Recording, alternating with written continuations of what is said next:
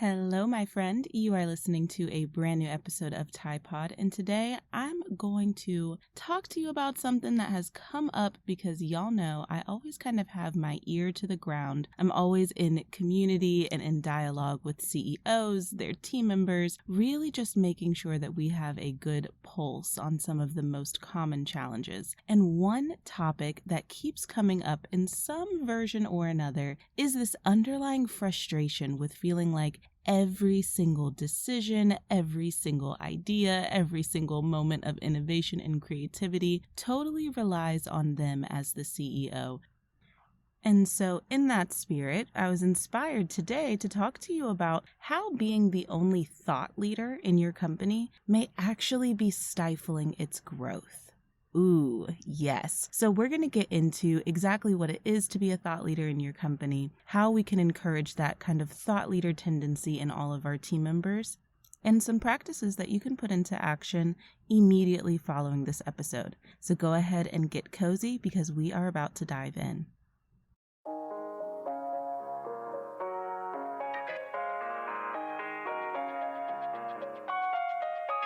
Hello, my friend. It's Tiana Tai, Team Dynamics Consultant and trained industrial organizational psychologist, helping you to become a better leader than your last boss.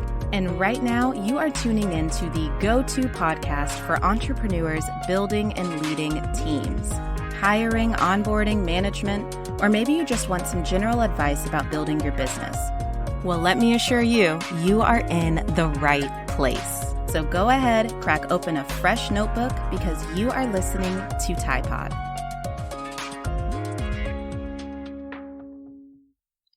Today's episode is brought to you by ClickUp. Now look, there are a lot of project management systems out there, and this is a question that I get pretty much on a weekly basis. Which system should I choose? Now, you know my belief, your system is highly dependent on how you work and how your team works best. However, I am not shy about sharing my favorite of the bunch. It's ClickUp. When it comes to daily team management, I have personally found that ClickUp provides everything you need. My team uses ClickUp for just task management, to house our headquarter resources, and for ongoing communication. My favorite part, with the unlimited version, you get access to the dashboards, which has totally replaced Slack for us, and I am a streamlined systems type of woman. I highly recommend it if you have a team, and guess what? It couldn't be easier or better. You can go to tianatai.com/ClickUp and get 50% off of your very first year. I'm telling you. 50% off. Just head to www.tianatai.com/ClickUp to snag that today. Okay, so to really get into this, we should probably first just make sure we're on the same page around what we're talking about when we talk about a thought leader.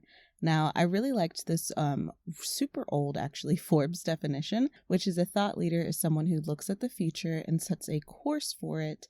Here's the key point, that others will follow, okay? And so that others will follow is the major differentiator here, the major distinction here, because thought leaders are typically considered, those informed key opinion leaders and the go-to people in a specific field of expertise. And many, many, many entrepreneurs, most of my clients themselves, can really identify with this title, this distinction, this honor of being referred to as a thought leader, because the majority of these companies were started off of a personal brand, right? So it's not necessarily a prerequisite, and I'm not getting into like the whole business coach side of things, but I did just want to throw out there that 9 times out of 10, particularly if the company was started or has a core content marketing strategy based off of personal branding, then we as CEOs are also kind of seen as thought leaders and as the go-to experts in whatever product, service, experience that we are providing for our customer and client base.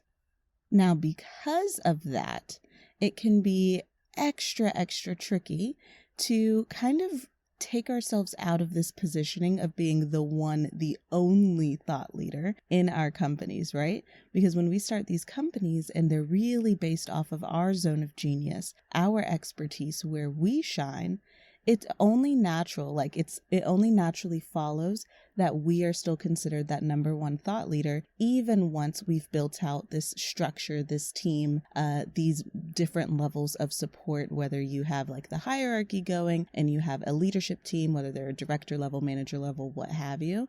Still to date, most people, particularly in the earlier years of business, still find themselves in that position of kind of being that main contributor of ideas, of creativity, of innovation. And while that definitely served to start the business, I've noticed that it can get kind of frustrating really quickly, right?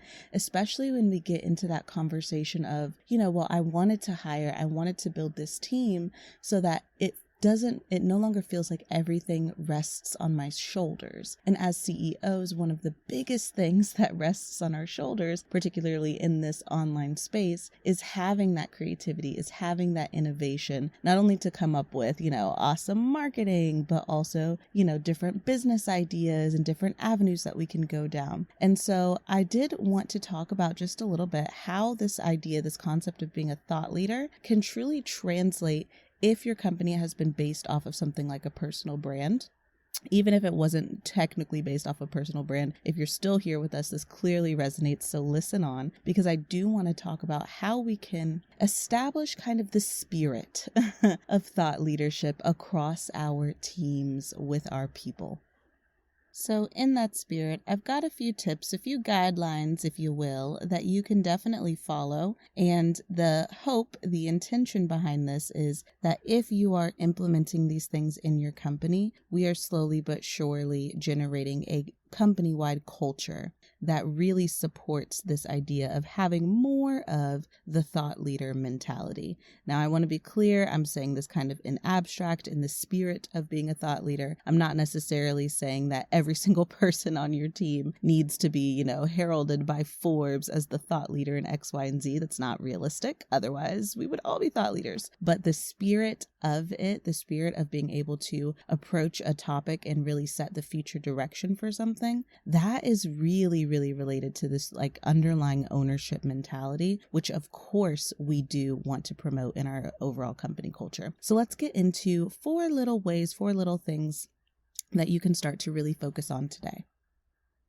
Alrighty, so number 1 is, look, I got to take you back to the basics, back to the foundation, my friend. We are, of course, talking about hiring all A players, okay? Now, first things first, I understand it can be a lot more, it's one of those things where it's like, that's a lot easier said than done, Tiana. But at the same time, it is absolutely your number 1 priority, particularly if a culture of autonomy and thought leadership and ownership is really, really crucial to the success of your company, which, let's not tell lies. Who is that not crucial for, right? We need to be able to trust in our teams to make the right decisions. And of course, if we don't look at our team members as A players, if we don't look at our team members as just like these shining stars who are really operating in their own zone of genius, then we don't have full confidence in them and in their ability to be successful without us, right? That's why in our hiring process, like you've heard me say, well, you've heard other people say, really, hire slow, fire fast. Absolutely, kind of, sort of. Like I say everything with a grain of salt. Hire slow, onboard even slower, fire fast, in parentheses, within reason. And this is going to definitely hold true here. From my perspective, when it comes to finding those real needles in the haystack, the real, rose that grew from concrete, the real diamond in the rough, we have to do a couple of things. We have to make sure we allow enough time for qualified talent to apply. That's probably the biggest mistake that I see in hiring, is it does tend to be done in a rush, and that just doesn't give enough time for that diamond in the rough to even see the opportunity and learn about it. We also want to make sure that the hiring process is challenging enough. The barrier to entry for your company should not be too low. And last but not least is not making that decision based off of only gut intuition. We also want to make sure that we have collected some objective data around this person's A-playerness, right? Around how effectively they really do operate in their zone of genius, and use that information to make our decision. Now, y'all know I will shout from the rooftops. If you need a strategic hiring process, spoiler alert, everyone does. The absolute best place to get that is our course, our program, Dream Hire Bootcamp, with the corresponding Dream Team Toolkit. It's like PB&J. It's the perfect complement. That will absolutely help you go through the hiring process A to Z in a very systematic way that not only honors your intuition, but also leverages real hiring data. All right, so the second area that I really want you to set your sights on is absolutely destroying this check the box mentality. So when I say check the box, another phrase that I hear thrown around quite often is like this task rabbit mentality of, again, really just treating our team members like they are task rabbits. So what that tends to look like is, a team member comes in for work every day and they're signing into the project management system.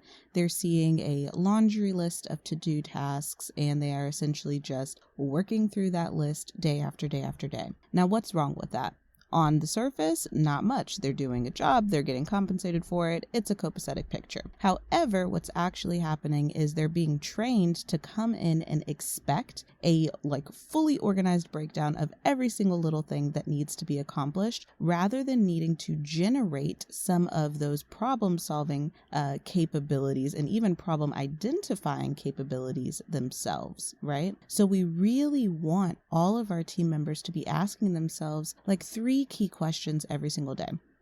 Is this efficient? Is the way that I'm handling this process, this project really efficient? Is there a better or more cost-effective way for me to do this? Am I being intentional with my time? Right? So every time that someone is approaching work, those questions should be going through their head. But take it back to the beginning here.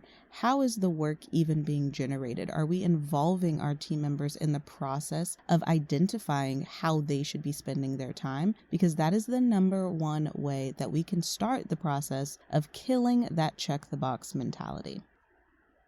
Okay, last but not least, something I need you to try to do your best to put into action piece by piece is slowly but surely relinquishing some of that control, my friend, so that you can truly prioritize autonomy. Now, this one is like the underlying current that makes everything we just talked about possible. Because of course, how can our team members be involved in generating ideas around what needs to be done if we're not able and willing to relinquish some control and allow for their own insight and input? So the formula for this is actually quite easy. It's not actually a technical formula, but it's a cool way to think about it. We want to give our team a say, and we want to make sure they are actually being heard. And as a consequence, there's going to be improved communication, quick decision making, and a lot of times really creative ideas coming to fruition. But I want to highlight something and challenge you on it.